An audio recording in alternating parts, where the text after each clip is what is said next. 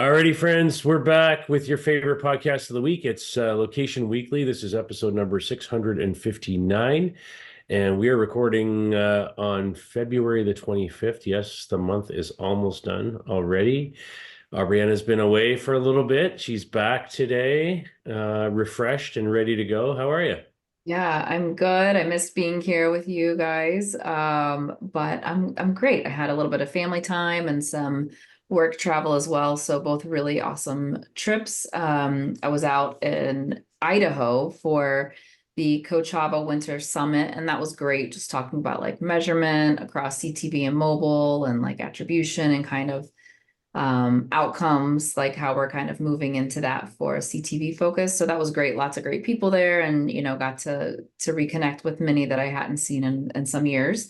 And then I got to take some time off with my family this week. Kids were on winter break. We did some snow skiing, and it was really fun. We had beautiful weather, and I very grateful for the time to just step away from things. But I'm glad to be back here with good stories and you, Asif. Yeah, no, good to have you back.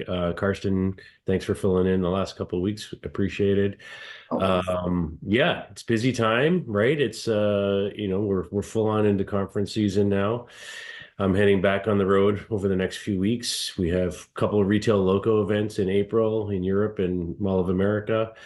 So lots on the horizon. Spring training baseball's already started, so there's that. Plenty So much happening. going on. Yeah. Yeah, so much going on. Well, let's jump into our stories for this week. As always, I'll let you kick it off. All right. So I'm going to start with a story from Amsterdam, a company called VEON, VEON, and they are a global digital operator. So they provide converged connectivity and online services. And they've announced a new offering called Geolocation Gateway.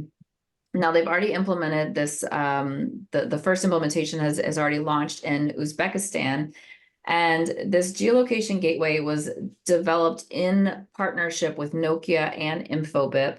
And basically, what it does is it allows applications to determine the location of devices when they're coming through. So couple of use cases just to kind of bring that to reality. What does that mean? So I think like for your online banking or financial institutions, this would help the bank determine if an individual is actually present during a transaction or an ATM withdrawal or credit card payment. So things that you want to make sure there's no impossible travel when you're logging into your bank account online.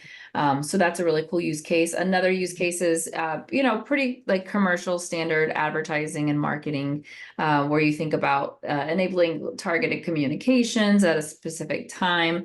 When consent is given, then you can target participating customers, based on their proximity to an event or a restaurant or something like that. And then the third use case I think is probably the most exciting is more for like emergency services. So how do you have the ability to quickly and effectively warn individuals in a specific area about some maybe a natural disaster, for example, like floods, earthquakes, cyclones, anything like that, right? So this initiative was actually built on GSMA, kind of like an open network program there. And so it gives the I would say like universal open APIs, and it gives the ability to kind of implement that and scale that across very fast implementations across any providers.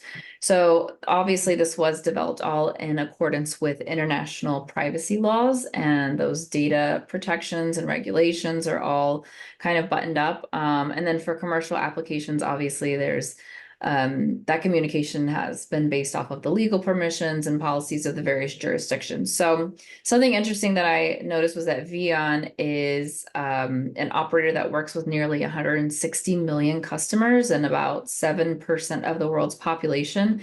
So there's a lot of addressable market that they have to go after here with this application.